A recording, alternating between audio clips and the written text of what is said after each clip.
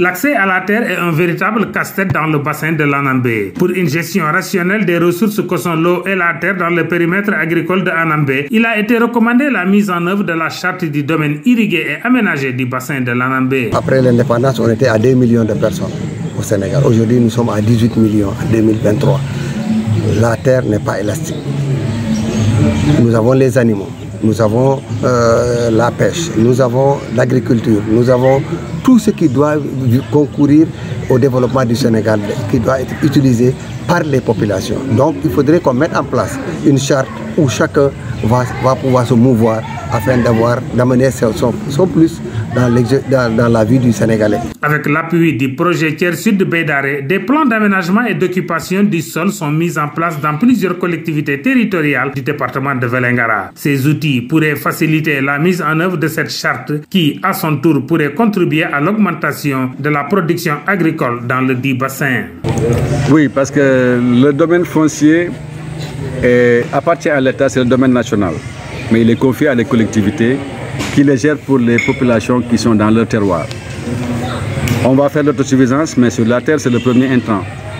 Si la terre est distribuée de façon démocratique et de façon conforme à la loi, je pense également qu'on peut demain aller rechercher les fonds qu'il faut, parce que l'État accompagne souvent en subventionnant des semences, en mettant des engrais subventionnés, mais également le promoteur privé, s'il a les ressources, il peut avoir les moyens d'aller acheter, mais en tout cas qu'il ait un réceptacle qui puisse lui permettre de faire l'exploitation qu'il veut faire. Et ça également, il faut qu'il accède à la terre. Il faudrait que les femmes accèdent, il faudrait également que les jeunes accèdent à la terre pour qu'on ne voit pas cette immigration qui se passe un peu partout dans ce pays. Cette charte-là a été construite depuis plusieurs années, a été réfléchie, a été mis dans plusieurs rencontres. Donc vraiment, il faut que l'application aussi soit sincère et que ça ne soit pas théorique, que ça soit pratique, que ça soit visible. Il faut revoir à partir de la base les organisations paysannes et même la partie civile a droit à un mot par rapport à ce charte. Donc, comme tout ce qu'on a pris comme argument, il faut que ça soit visible dans le document et que ce document soit traduit dans les langues nationales. La commune de Koungani que nous représentons, je crois que nous sommes en phase, nous sommes vraiment d'accord par rapport à sa faisabilité.